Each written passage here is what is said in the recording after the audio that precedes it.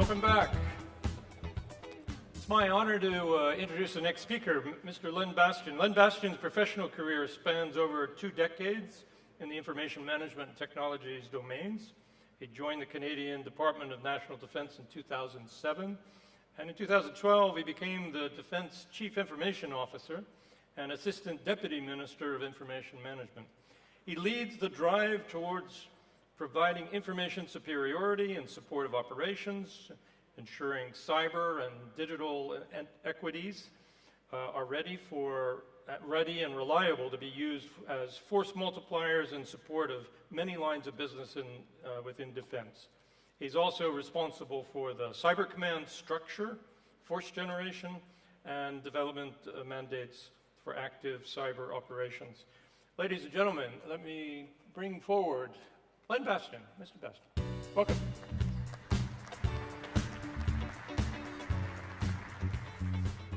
Thank you, Kevin. Thank you, ladies and gentlemen. It's an honor for me to be here. It's a true pleasure. I remember a little over a year ago hosting a similar conference of a community like this one called NITIC. It too was a successful venture in trying to bridge industry and academia with NATO allied partners. Today, Kevin's intro covered the first part of my discourse today. I want to leave you with some impressions. I want to tease you a little bit with some provocative technology, but most of all, I want you, if I'm successful, to leave here today with a better perception of what's going on in Canada from a cyber perspective, both at defense and within our government.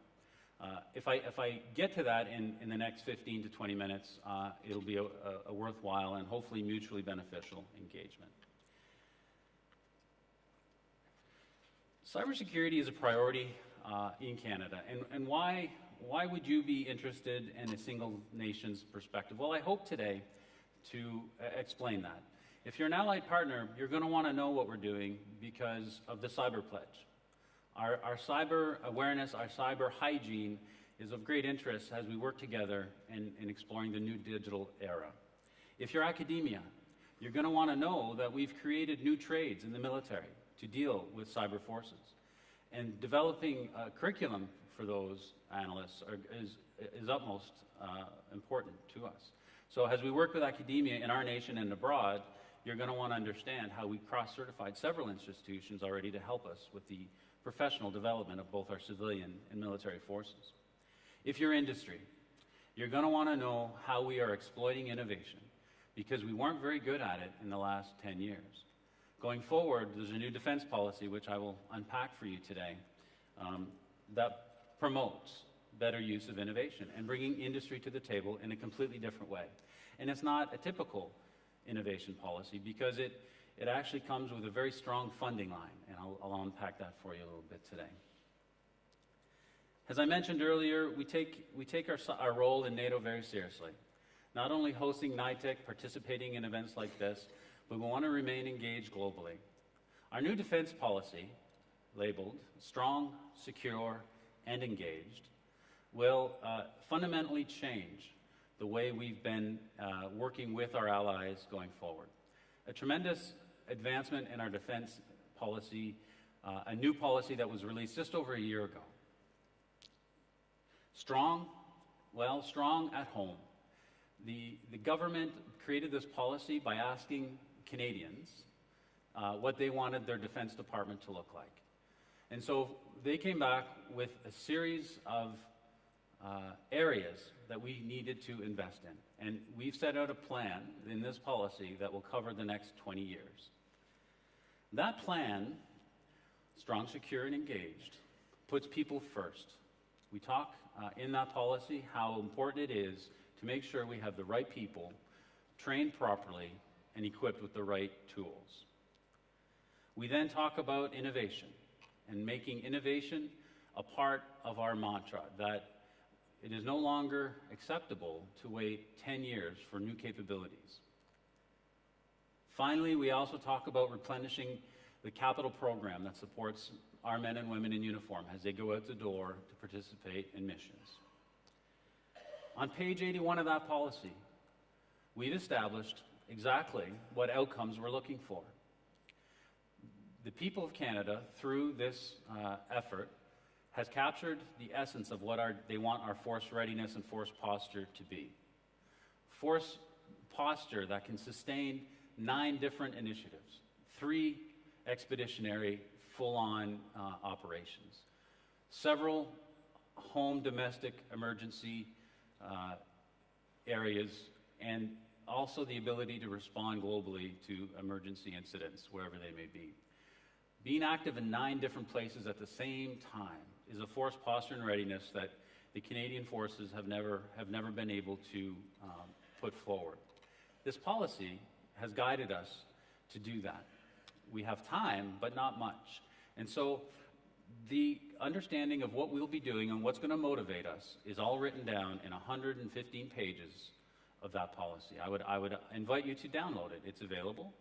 It's a fascinating read, but it's a great story. The best part of it, if you're me, if you're the CIO at Defense, is that policy comes funded. Not just direction from the government to do something off the corner of our desks, but a funding profile that will see us fundamentally invest heavily in all the areas I've already described, be it people, innovation, and platforms. So how does that work, and why is that relevant to a CIO? In my introduction, Kevin mentioned recently, as in the last year or so, the department has established a new cyber command construct and has placed that cyber command within the CIO group. That's important. It's an important message to other countries who are perhaps dealing with the fact that cyber constructs can either exist, well, they can exist anywhere. It's a joint force. And so putting it inside of a CIO organization, because we've been doing IT security and cyber defense for decades, seemed like a good place to start. It will evolve from there. My task as a CIO is to establish it, build it, make it ready.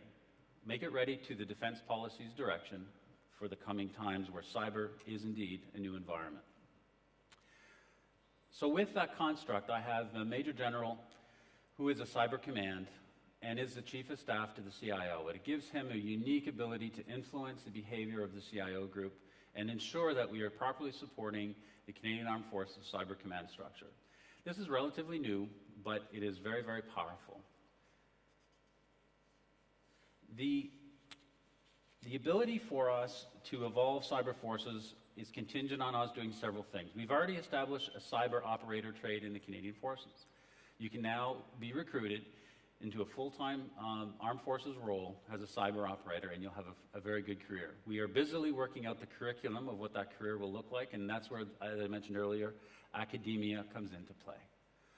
The other big thing, and I think this is really the secret sauce to winning the battle in cyber, is our reserve force. The ability for us to create a reserve structure inside our Canadian Armed Forces will allow us to build a bridge with industry and academia. And why would I say that?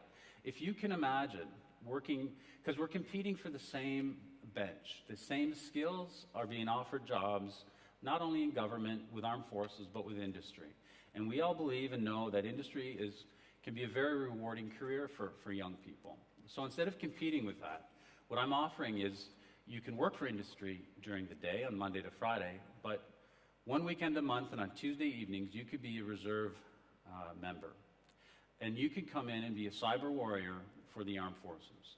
This has been very, very provocative and very interesting with our industry partners. And academia has gotten involved as well. We have several universities in Canada that have built cyber campuses. The latest one, Ryerson University, just outside of Toronto, has established a new campus dedicated to cyber education. It will have all levels of education from bachelor through master's through PhD study.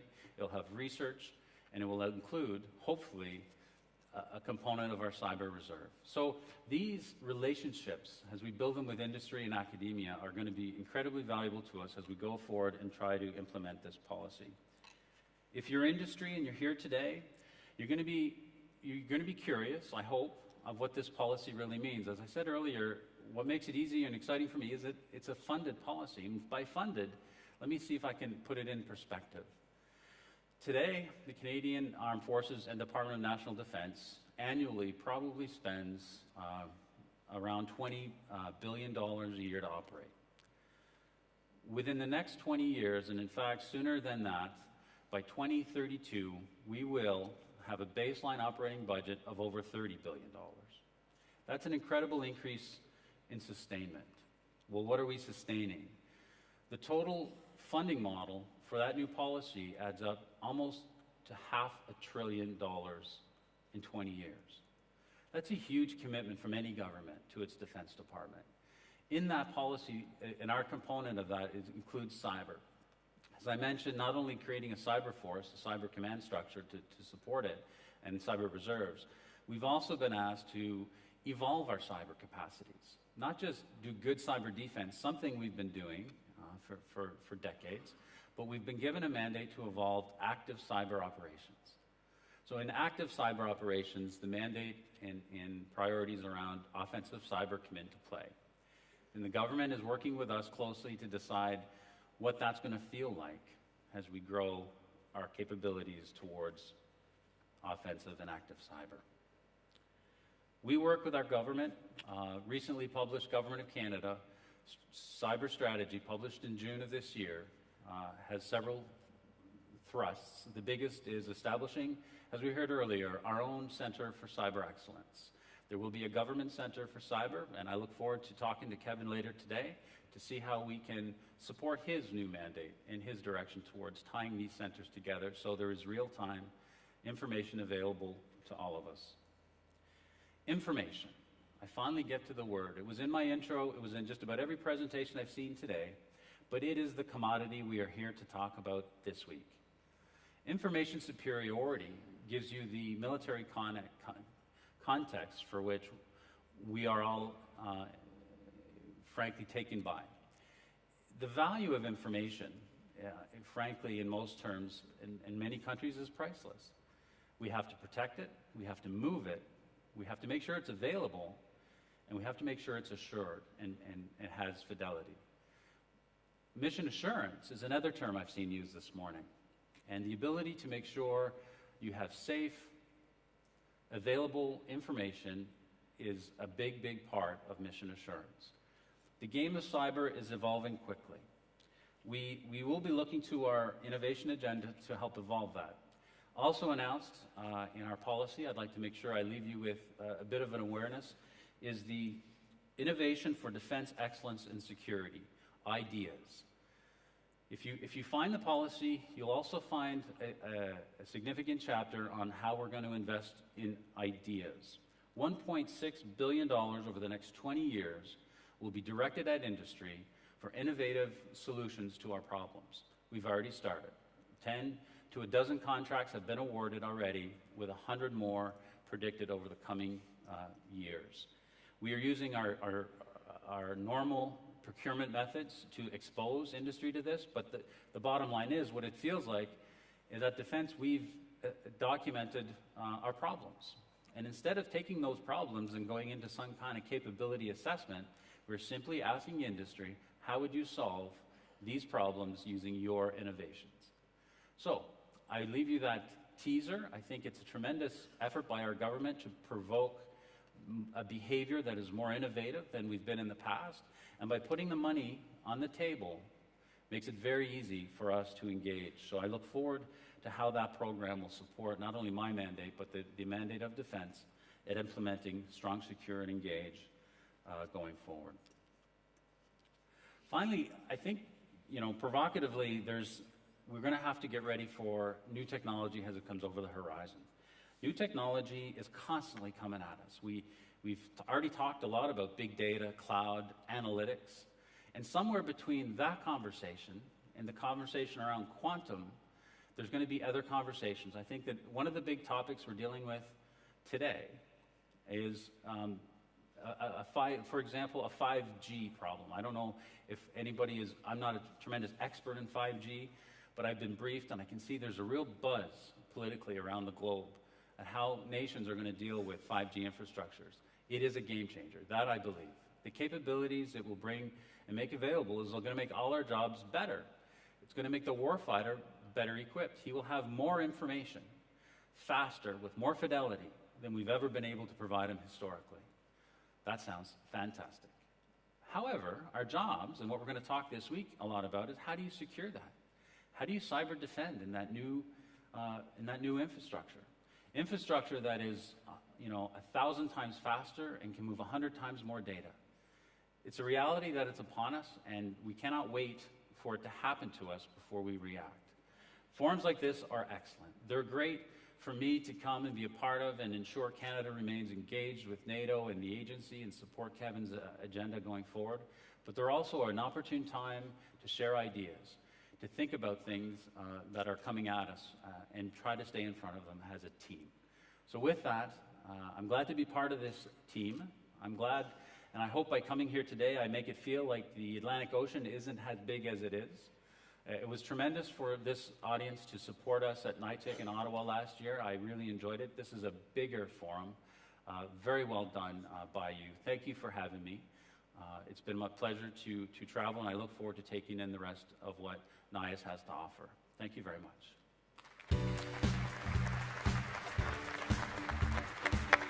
Ben, thank you very much. Really make it to spare. And let me, on behalf of the agency, the new coin. Nice. Thank you very much. Well done, Kevin. Thank you.